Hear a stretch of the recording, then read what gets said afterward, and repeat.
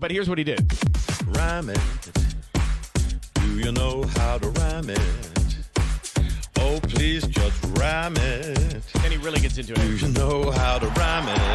Yes, Of course. We will you don't even be have to think rocking about it. So let's rhyme it today. Rhyme it. Yes. We are gonna rhyme it. Just rhyme That's it. where he just ran down. Everybody, Amazing. I'm not going to remember any of it. That's the way to go. All over the rhymes today and rhyme it. I mean, now he's like on his feet. How are you guys? Whose house? Wow. Rhyme it.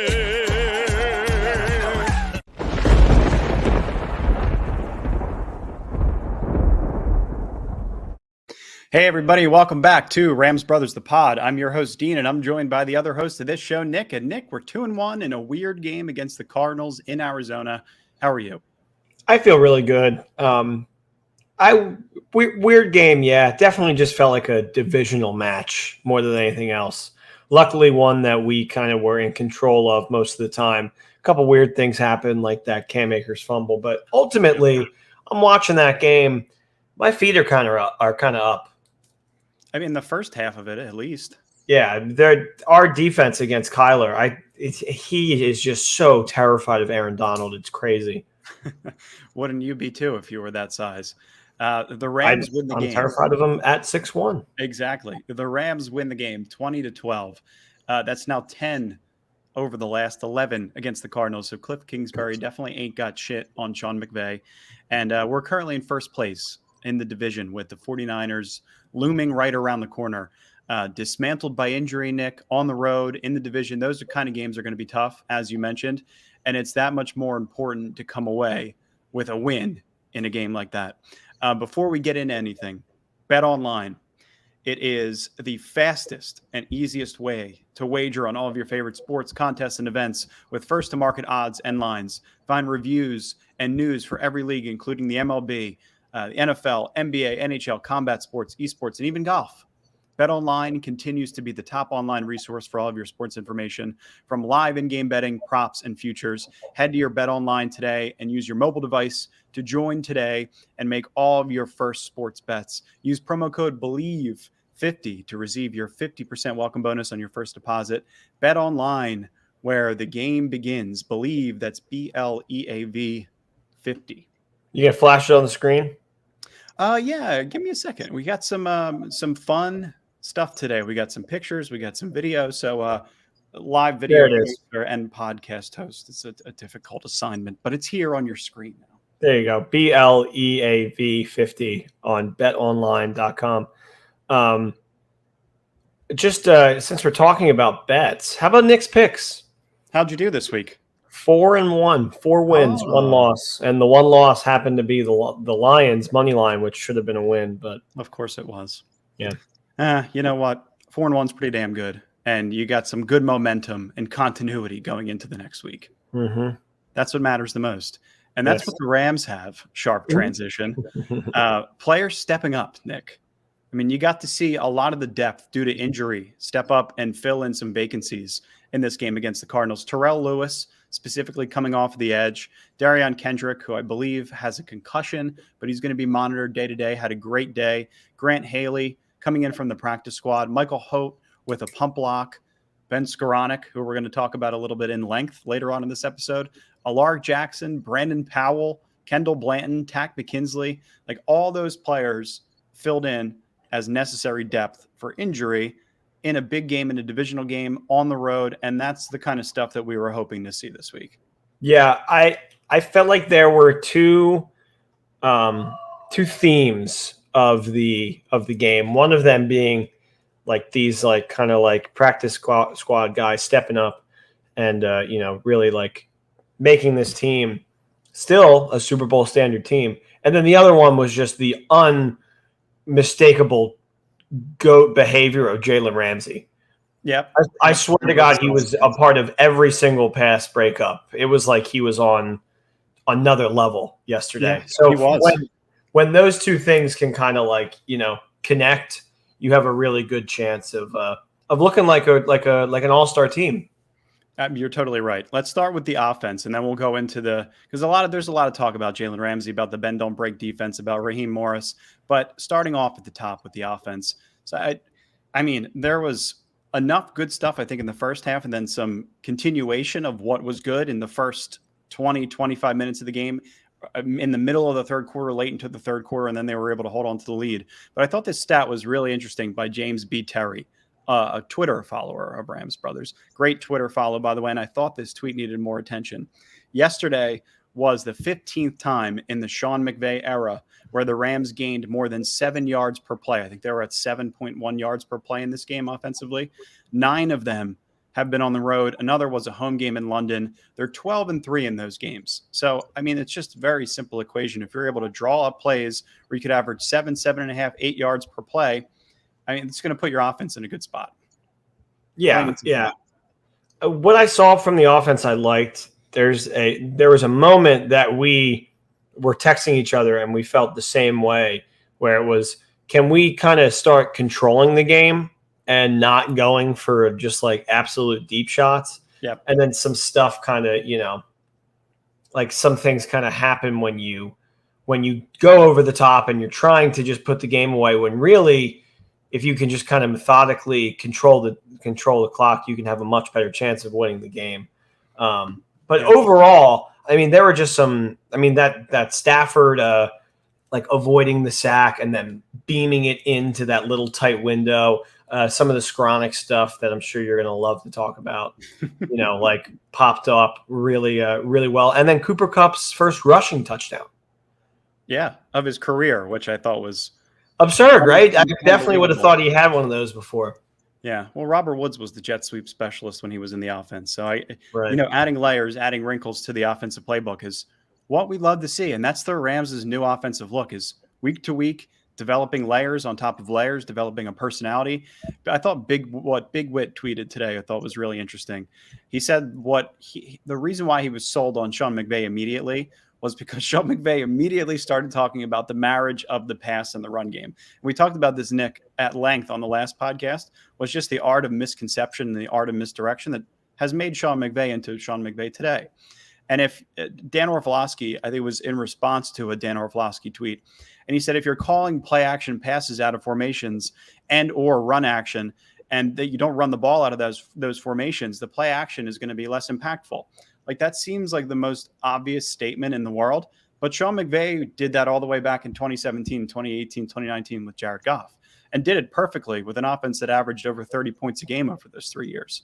So it seems like really simple common sense, but it happens constantly across the league, where you see these offensive coordinators lining these players up in formation just to run a play action, when in reality, there's no actual setup or like incentive to run the play action. There's no actual intent to run it. So that's what I think the Rams have done a really good job of, is kind of committing to this new personality. And there's a lot of really good examples, I think, in this game, Nick, that we can talk about. Highlights the Cooper Kupp run specifically. That is a great example of the art of misconception and just the way McVay's offense has been able to continue to develop. Right. I kind of felt like, and this is what I swear, it seems like every week we talk about something and then it's immediately like brought up in the game, because we were just talking about how we kind of miss like you're missing that aspect of the 2018 offense that was so explosive, when you're able to mix in that run game and you're able to deceive people because you have the threat of running the ball and you're not always lined up with nobody in the backfield. You're the Stafford just by himself. And then when you do that and you give players like Cam Akers a chance to really explode and have like, one of the coolest touchdowns of the week, extending his arm, you're going to have, an offense that you think would score more than 20 points. Sure. But I mean, there were a couple situations where they were penalized, maybe the wrong play call, a dropped pass. I think a couple of could have had situations that they just missed on. But this Kupp run, I'm just going to play the clip because I was just blown away by the way that they decided to call this play. And then later on in the game, I believe they called it to Cam Akers, but instead of giving it to Cooper Kupp, they gave it to Cam Akers and let Ben Skowronek lead the way. So this is the first time they called it, the jet sweep to Cooper Kupp. Circle the entire defense coming across on the fly sweep. They don't even block the end. Look at that. And Allen Robinson knows he's just got a screen. Budda Baker takes the most dangerous, but watch him turn on the gas right here. And that play is completely dependent. I mean, Allen Robinson doesn't even have to do anything on that play. And the edge isn't protected. I mean, Cooper Kupp hits a next-gen stat top speed of 20 miles per hour on that run. Forrest Gump down the sideline. I mean, impressive. Just turned on the jets, and that's the offense. Yeah, I mean, I don't know if this is just me. I'm sure it's not. But when Kupp gets the ball in that red zone situation, no matter what it is, I'm like, oh, he's going to score. And he usually finds a way to get in the end zone. That's the first thing I said as soon as they handed him the ball. I mean, he's amazing. He got in there. He has a nose for the end zone, absolutely. Yep. And then, Nick, on their second and final touchdown in the third quarter, I thought this was really interesting. If you go back and watch the play, I don't have it clipped, but they really essentially called the exact same play, including sending Cooper Kupp in motion, but they handed it off to Akers. And then he ran up on the left side behind Skowronek, who was just out for blood, completely blows up Zaven Collins off his spot and clears the way for Cam Akers' first touchdown of the year. While I say that, I think I may actually have the clip, Nick, if you want me to play it. Yeah. I think he hurt Zaven Collins. Watch him. Boom. Right in the hole. That's a receiver. You could hear the block. Yeah. What were you going to say? That's a receiver. I mean, is it, though? It's kind of a fullback, but a little bit of both. Kind of a Swiss Army knife, if you ask me. Yeah, a little bit of a taste and hell in him. No, he's got a lot in him, I'll tell you that much. So I'm impressed with that, but just Dean was insulted that I compared Skowronek to Taysom Hill just there. No, not insulted by. I mean, Taysom Hill's a great player, especially in space, and he does a lot for the run offense. He's a good change of pace. Like, I love guys that come in and are willing blockers, willingly want to take the ball in their hands, willingly want to make plays. Like, I just feel like that's what a football player is all about. So Matthew Stafford in this game, Nick, I think you're going to think this is insanely interesting considering the way McVay's offense used to be structured with Jared Goff. Matthew Stafford completed 10 of 11 passes on play action for 168 yards in the Rams' 20-12 victory over the Cardinals. Stafford's 46.2% play action rate was the highest in a game over the last 7 seasons. Wow. 7.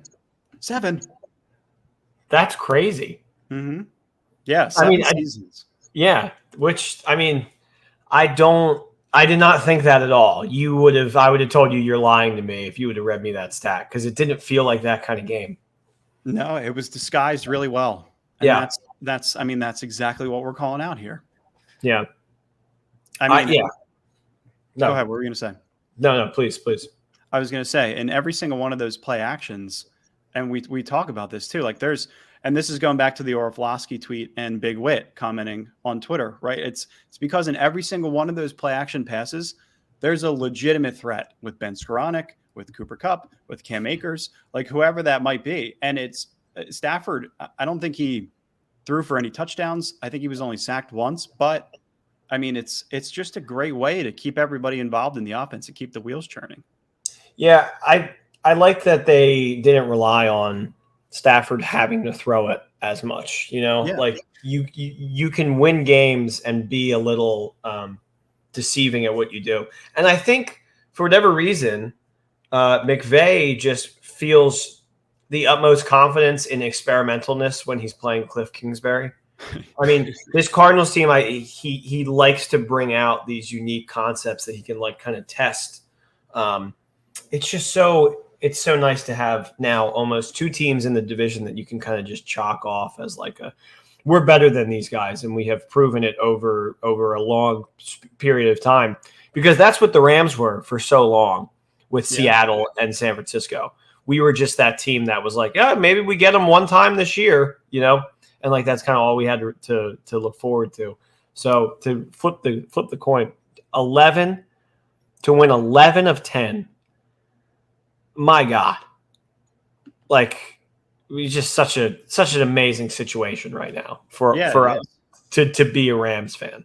Yeah, I mean, to your point, you don't want to ever be the doormat of the NFC West, right? And Seattle and Arizona both potentially being those teams, the 2 birds.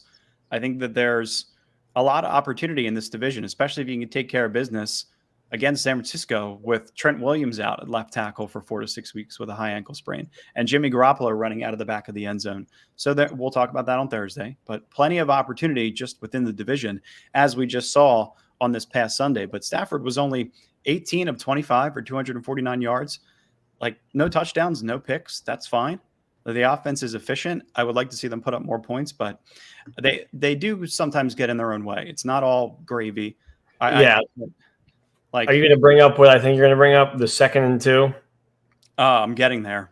Yeah, because that was the moment Dean and I texted each other. But yeah, I mean, Ben Skowronek game. Was this the Ben Skowronek game? I think it was. Yeah, sure was. This is what Dean was hoping for, everybody. This is what we were talking about in August. And not just because I want to be right, just because I feel like he's a good player. That's all. But I mean, he proved himself. He feels like the wide receiver 3 right now. It could even be 2. If Robinson doesn't get it together, drop the ball in the end zone. Yeah. I mean, he only had 2 catches, Robinson. 2 catches for 23 yards, was targeted 5 times. Like, is it time to worry about him? Yeah, I think so. I think you're like, if you have him in fantasy, it's now is when you're like, I don't want to play this guy in my starting lineup anymore. He's not producing enough. You thought he would be able to fill Robert Woods' shoes. And really what he's like getting like less than like Van Jefferson got last year. Yeah. So, I mean, we're 3 weeks in. A lot of people would tell you to pump the brakes, but just how this Rams team deals with complacency, it makes you kind of worry about where Robinson fits in this team. Yeah, I mean, obviously going through the Robert Woods experiment last year, where it seems to be like there sometimes is an odd man out in the offense, and it could be week to week. It can change, but it seems like for the most part down the stretch, it got pretty consistent. And once Robert Woods went down and Odell Beckham kind of filled that role, there wasn't that much of a drop-off. So I think that obviously that was the consideration. We got to be able to replace Odell in the offseason with Allen Robinson. But I don't necessarily think it's time to worry. Targeted 5 times, Nick. If he catches all 5 passes, doesn't drop the one in the end zone, you get targeted. Once you get targeted 5 times, 6 times, 7 times, the offense gets going. There's more momentum. You run more plays. So that's one of the things that will lose trust, I think, between Stafford and him, but also have less designed plays going towards him. Because the very next play, and I thought this was going to happen. I was like, McVay's going to target him again, so he gets confidence, and the defense probably going to not expect it going back to him because he just dropped one, and he did. And I don't remember if it was like, I think Stafford actually kind of missed him, or like it was kind of just broken up. But it almost speaks to the greatness of OBJ. I mean, Robinson had an entire offseason and now 2 regular season games to get into a rhythm with Stafford. Couldn't find it. OBJ, middle of the season, comes in and is an immediate factor on this team. It's crazy. I was one that I genuinely didn't think there would be much of a drop-off because I thought Allen Robinson was so talented, and I still think that's the case. He's just still integrating himself into the offense. I think time will come. I think he gets more targets. He gets more comfortable. Like, he could have a big 5-6 catch day for 100 yards and a touchdown, and all of a sudden he's right back into the swing of things. Nick, Cam Akers. Like, I felt like we were starting to count him out there in the beginning of the game. Like, you couldn't tell if it was him, if it was the run scheme, if it was the blocking up front. But then he was great. I mean, and the scheme was better, but he was 12 carries, 61 yards, and a touchdown. And on that fumble, he was like, I just got greedy. And McVay came up to him on the sidelines and was giving him a hug and was like, I'm going right back to you. I'm coming right back to you. All the confidence in the world. Let's learn from it. So what's your takeaway with Akers? Separating myself from the game moment, because when you see the fumble, you can easily just kind of, I'm mad. Everybody's mad. Rams fans that are watching that are a little upset, and they're like, oh, this is flashbacks. He's going to blow the game or make it close like he did in that Tampa game in the playoffs all those months ago. Mm-hmm. But I think outside of that fumble moment, he really shined to a point where I, like, in the beginning of the game, I texted you and our dad, and I'm like, Henderson has to be in every single down back. I was like, it's just the only way. Cam is not doing it. And then, he starts to find some holes. He starts to move after like hitting a wall and making some plays. And then all of a sudden you have that spark. And that's the upside of Cam Akers. Yeah. You're going to have a huge like potential like 60-yard run out of him. When Darrell, it's like, I'm going to get you consistently 5, maybe 6 even. So I don't know. I see, like, the way I've watched Henderson this year, I feel like he's the more capable guy breaking 160 yards. Like, it's just really weird. Like 4 carries for 17 yards in this game for Henderson. He got the bulk of the carries in week 1, then it was split in week 2, and then Akers got the bulk of the carries in week 3. So that's something we should probably keep an eye on. But I feel like Henderson's the more capable guy. Like, I don't think Henderson fumbles there in the red zone in that situation. I don't think Malcolm Brown fumbles or Sony Michel or some of the other backs that we've had in the past. And I don't know. It seems like Cam Akers Henderson doesn't fumble. Malcolm Brown doesn't fumble in that situation. So goal line, I think, is a different story. Sure. Just because you're going to have a lot more defenders just in your face, just based on, and he's not as big as those guys. Right. So that's why the committee kind of comes into play in a good way. I like having them both. It's not good for fantasy; it's good for the team. But yeah, I would have liked Brown punching one of those ones in. Yeah, sure. I don't know. I'm sitting there. I'm like, this is the time to get. This is what we brought him in for. At least I would have thought so. I just didn't know if he was quite up to speed yet to get carries in that game. But then you also have to think you want to get confidence in Cam, right? You want to make 100%. Him confident for going for the rest of the season. 100%. So I understand. You want to get him more than 1 touchdown a game. You want to get his fantasy owners happy. You want the Rams to look like they're, stomping some teams. I'm confident in them. How do you feel about the offense as a whole before we talk about your other half brother, Ben Skowronek? Yeah, I'm good. Before we talk about Ben Skowronek, let's go back to that 2nd and 2, Nick. God. This is how I feel about the offense. Paint the picture for him, please, because this is the thing that the LA Rams do more than anybody else that gets in their own way and makes me infuriated. Yeah, I mean, it's a small part of what happened in the game yesterday, but it's a big momentum shifter in a situation where the momentum doesn't have to be shifted. Yeah. And that's getting in harm's way. Yep. Please. The 2nd and 2 was, I think we all kind of stopped ourselves because that was when the deep shot was taken to Tutu Atwell. So the drive started after one of Robinson's 2 catches of the day. So I believe we're in 3rd and 2 after the Tutu Atwell miss where Matthew Stafford probably threw it 10, 15 yards over his head. We get a false start from Alaric Jackson. So now we're in 3rd and 7. Stafford's under pressure, tries to find Henderson, pass incomplete. And then after that, the Cardinals go on to run a 19-play, 65-yard field goal drive that took up 9 minutes and 30 seconds in the second quarter. Rams get the ball back, took up a minute, ran 3 plays, gained 5 yards, and then punted. Like, that's where the momentum starts to shift. Is every single part of that is avoidable if you trust the run game and you run it on 2nd and 2. It's like, it's not rocket science. If you don't get it, go for a deep shot on 3rd down, sure. But think about, like, get out of your own way for a second. And I know you want to blow the top off, and I know that's why you brought in Matthew Stafford, and you have receivers that can make big-time catches in those situations.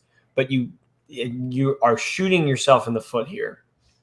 It kind of diverts back, Nick. Yeah, to that's the kind of stuff that's going to keep other teams in these games. Yeah, it's true. I mean, then there's no reason to do it. And if you do it against San Francisco, you're going to get bit in the ass. But you're reverting back to a previous phase when you don't necessarily have the personnel. If that's Deshaun Jackson, I don't know if he goes out and makes that play. But he did in the first 4 games of the season last year. Player that we all just kind of completely forgot about. So I don't know if that's the only throw or if Atwell, the timing wasn't there or he didn't run his route correctly. Who knows? And I'm just not necessarily the biggest fan of Tutu Atwell right now, but that's the situation where the Rams' offense could kind of kick themselves in the ass and pick themselves back up. And it doesn't pick up, Nick, which gets scary. After the half, they came out with the exact same drive that they went into the half with. 3 plays, 5 yards, took up 2 minutes. And then the Cardinals go on another long drive that takes up 7.5 minutes into the third quarter and add 3 more points to make it 13-9.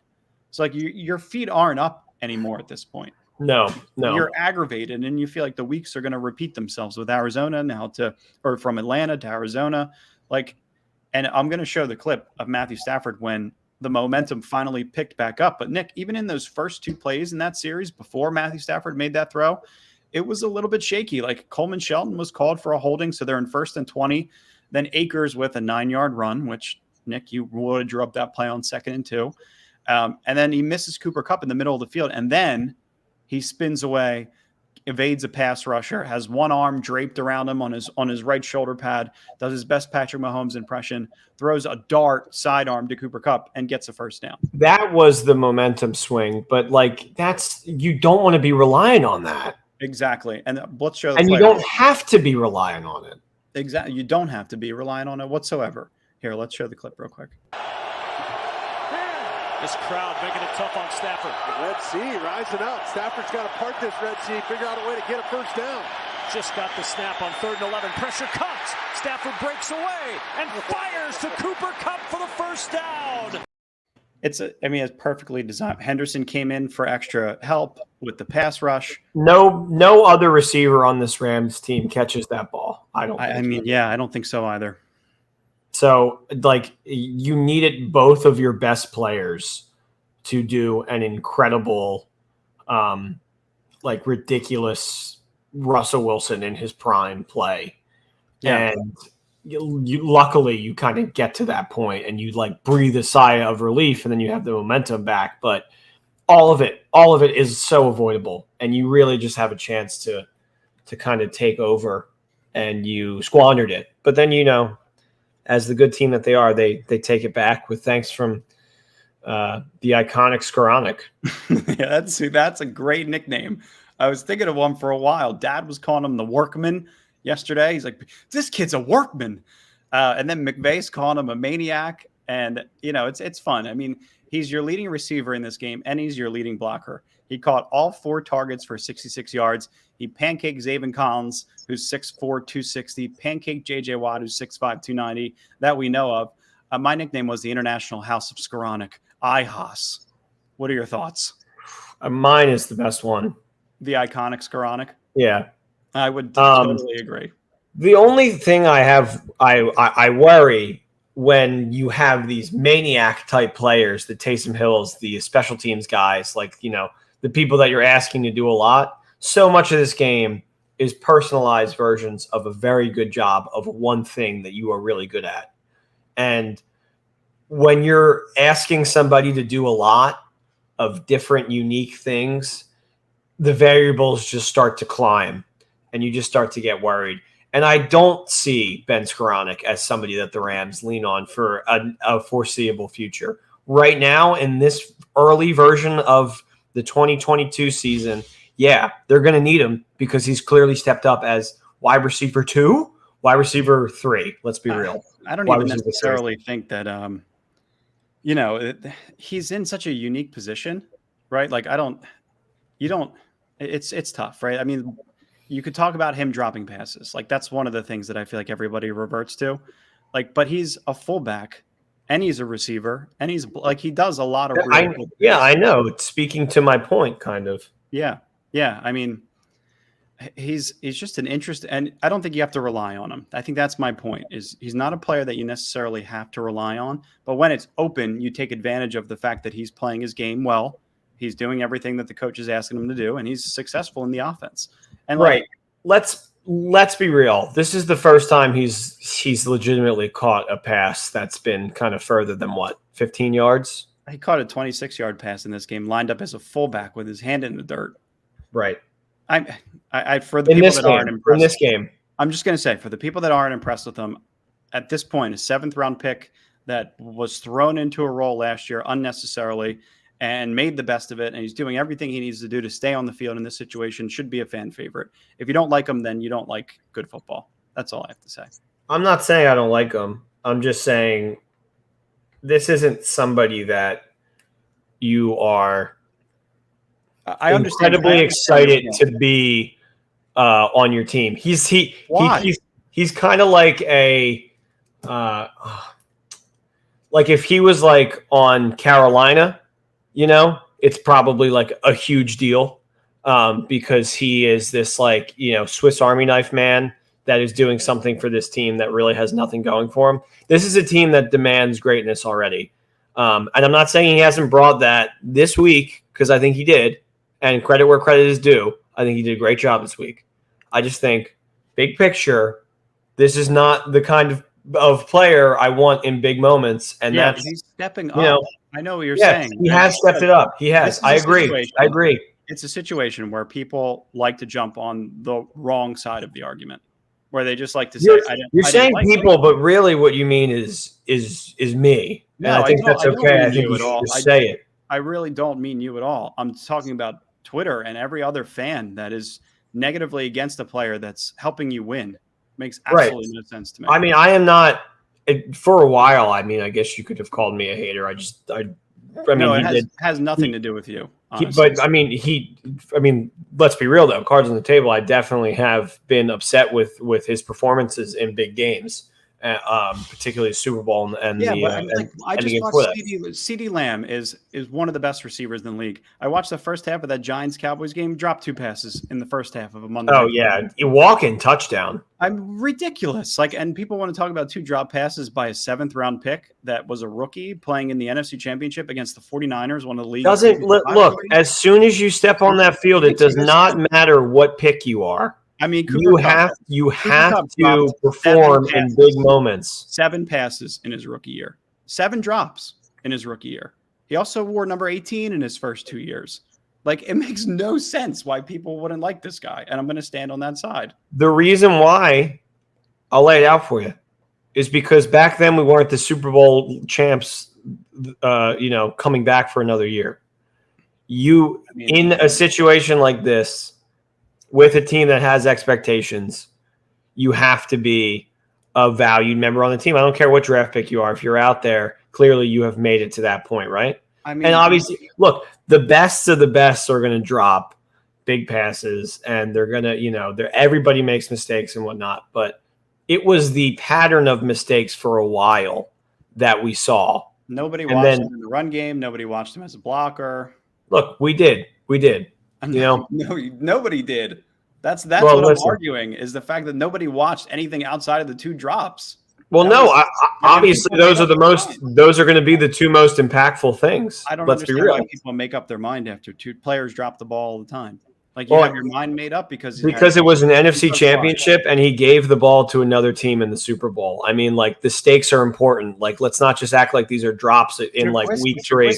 Hart drops a game-ending interception. He's cut from the team. This guy drops 2 footballs and is now a part of 2 of your 3 wins of the week. I just don't understand. For me and a lot of other people, it's very easy to understand. But I understand that you have been championing this hero, this Robin Hood figure, Ben Skowronek. It goes back to the arguments that we had last year. I mean, it's like the same thing. Everybody champions a player. I'm just telling you guys that he's a good player and he's a special part of the offense. I know. No, look, I think he had a really good game, and it's nice to see this Rams team. Wait, take that off the screen. Not while I'm talking. Take it off the screen. Fill out the form. No. You completely made me lose my train of thought. Jesus. God, I don't even remember what I was saying. But okay.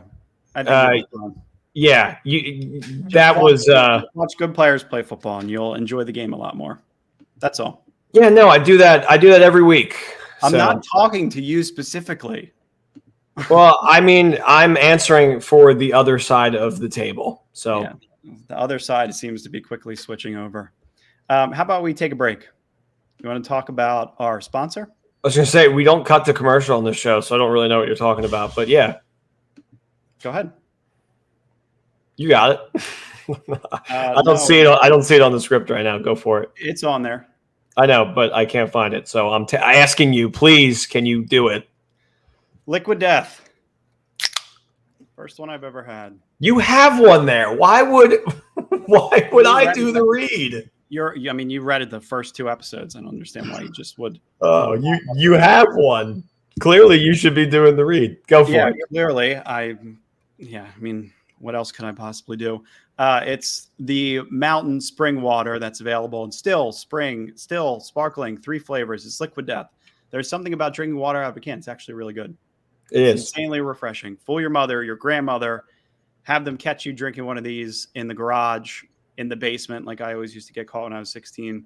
And then they assume you're drinking beer, but you just snuck out to the garage to get a Liquid Death. So go get a Liquid Death, Whole Foods, Ralph's, Albertsons, Vons, 7-Eleven, or find Liquid Death at a retailer near you with a store locator tool, liquiddeath.com/LA football. LAFB. I'm going to flash it on the screen. There you go. liquiddeath.com/LAFB. Buy your Liquid Death. Helps us, helps the rest of the world stay hydrated. It truly is. I mean, you go to the store and you see it and you're like, oh my God, what is this tantalizing liquid that is labeled death? Because then you're like, oh, was this an energy drink? And so many times I go out and all I want is a water. So it's nice to have one in a can. For some reason, coming out of a cold aluminum can, water is just magnificent. So drink some Liquid Death. Yes, enjoy. All right, the defense. Bend, don't break defense. Raheem Morris, Jalen Ramsey. I know you wanted to say something about Jalen Ramsey to start, so go ahead. Yeah, I mean, I just put on a masterclass, Jalen Ramsey. Like his hands were all over that ball from Kyler. Our defense, they did a little cut during the game of how they kind of contain him, where they bring 2 defenders coming in so he doesn't have like an access point to leave. And when Aaron Donald breaks through, gets that 100 sack on him, like slaps him in the legs and he falls down. Oh my God. That was just that is the Rams defense that had won a Super Bowl. And it feels like we have gotten back to it. And that Raheem Morset mentality, right? A lot of that is give them the little dink and dunks.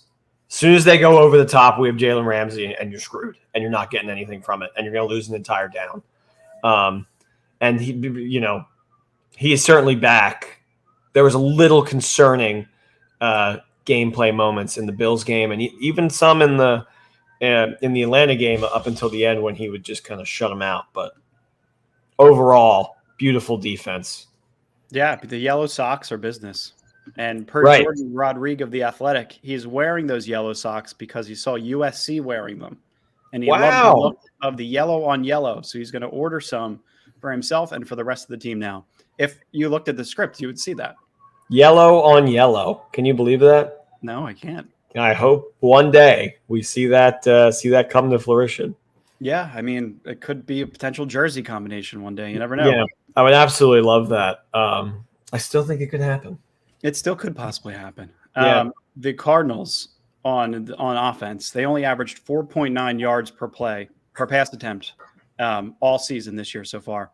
And part of that is due to the personnel and health of receiver, but also they finished this game averaging 4.2 yards per play. So some of that has to do with their head coach. Some of that has to do with Kyler Murray's decision-making, their personnel. The other part is how Kyler Murray was defended and the bend don't break defense. That Raheem Morris's methodology was just the perfect recipe to be able to contain him. And it progressively got better as the game went on. In the first half, Kyler Murray averaged almost 9 yards per pass attempt. And in the second half, it went all the way down below 3 yards per pass attempt.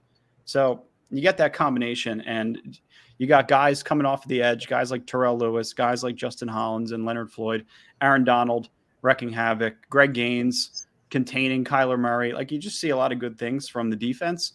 And to only allow 12 points and keep them out of the end zone is just, that's business.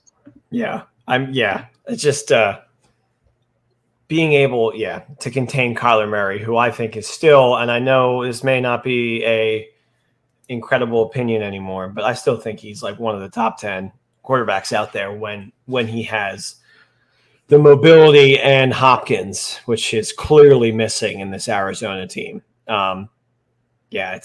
It's almost a shame if you're a fan of good football. I just think Kyler's just really fun to watch, even though he's in our division. I always have an eye on these Arizona games because I just like to see him. I mean, that Raiders game, oh my God, that was so insane to see them come back. I mean, part of me hated it because I wanted them to be winless, but the other part of me was like, oh my God. Also, too many LA Raiders fans that just make me mad. So it's nice when I'm walking around in Rams gear and the Raiders are 0-3. They're the only 0-3 team in the league right now, aren't they? Isn't that insane? Would have never. No. The Bears have 2 wins, and they don't have more than 135 yards in the air. Well, and that's one of the things we were talking about last week was like, all right, well, if Kyler Murray or the Cardinals offense in total runs for 200 yards against the Raiders, we theoretically held them to 70 yards rushing total in this game. Like if the Rams could take away the run game and force Kyler Murray to just air it out, then I think we're going to be in a good situation where it's the personnel isn't good enough. Like Hollywood Brown and Zach Ertz and Greg Dortch, like they're not going to kill you. Then AJ Green goes down, hurts his knee. And like Kyler Murray threw the ball 58 times. He was 37 of 58 for 314 yards. No touchdowns, no picks. That's a bizarre game. Yeah. I mean, it goes to show that Kingsbury just like he thinks he has matchups and he doesn't, like we talked about. Kingsbury is going to be on the hot seat, in a little bit. Honestly, that's my take on him because you can't get rid of Kyler. You can't 100%. Do it. He is the franchise, and Kliff has not been able to really do anything with him this entire time. Made the playoffs twice? Once, I think. Yeah. And then the only playoff performance is getting stomped on by a divisional rival so bad that you are almost run out of town. I mean, it's the Cardinals are they could be a dumpster fire. I saw a stat where I think they have the 3rd highest odds to have the first pick in the draft right now. Ooh, no way. No way. They do. Yeah, I guess a lot of these previously bad teams are kind of turning into. I mean, look, it's week 3, but still, my money would be on the Texans before them. Yeah, the Texans are the favorite. Oh well, so that makes total sense. Yeah, but going back to Ramsey for a second because this was his best game of the season so far. I thought. Yeah, the way he tackles, he's super pissed off. Clearly. Oh my God, yeah. And the way that he clearly reads about what people have to say about him on Twitter. Like somebody's saying Jalen Ramsey is washed. He remembers that, talks about it on his podcast the day after. Have you listened to the podcast? A little bit, yeah. So it's interesting. I feel like the takeaway when you're a professional sports player is you can have a podcast if you have won a championship. Yeah, I think that's fair. I mean, obviously you can have one whenever, but imagine how rough it is if Jalen Ramsey has a podcast, right? And then the Rams lose in the NFC Championship and he's got to go on the next day and talk about it like that. Yeah, I mean, that's impossible. It's okay if you have that ring. I think you're able to separate yourself from it. It's like the Draymond podcast, It's yeah, you're on one of the greatest teams, bro. Congratulations. Obviously, it's very comfortable for you to have a podcast. Yeah, I mean, if he could have a podcast if he wants. Yeah, but he has a championship ring. That's the biggest difference to your point. He is there was one play specifically. He probably talked about this in his latest podcast where his assignment, I think it was in the second quarter, was sent in motion, and Jalen Ramsey sent himself in the blitz and just totally blew up the entire play.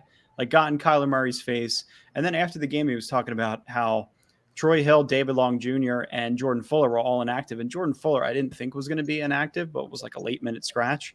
And he had to lead all those guys. He had to figure out a way to pour into them and rally around them. And he said after the game that he enjoys instilling knowledge into younger players. And I think he's a true professional, and I think he's worth every penny. So for that reason, I think he could have a podcast.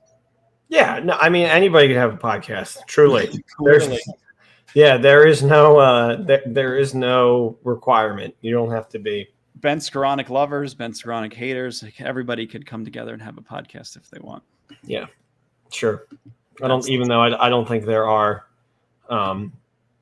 enough of either to have a podcast dedicated to that. Oh, just you wait. Skowronek watch.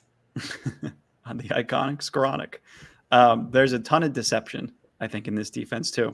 Just to cap it off, in the zone, in the bend don't break defense, like you can play and you could bring pressure, and key players are going to move around the same way that they do in the offense. Like Aaron Donald's lined up in the 3-tech. He's lined up as an edge rusher. He's lined up as a 1-tech. Like he is all over the place, and that's to get matchups. And there's a guy that goes out with injury. Justin Pugh's injured. He comes out.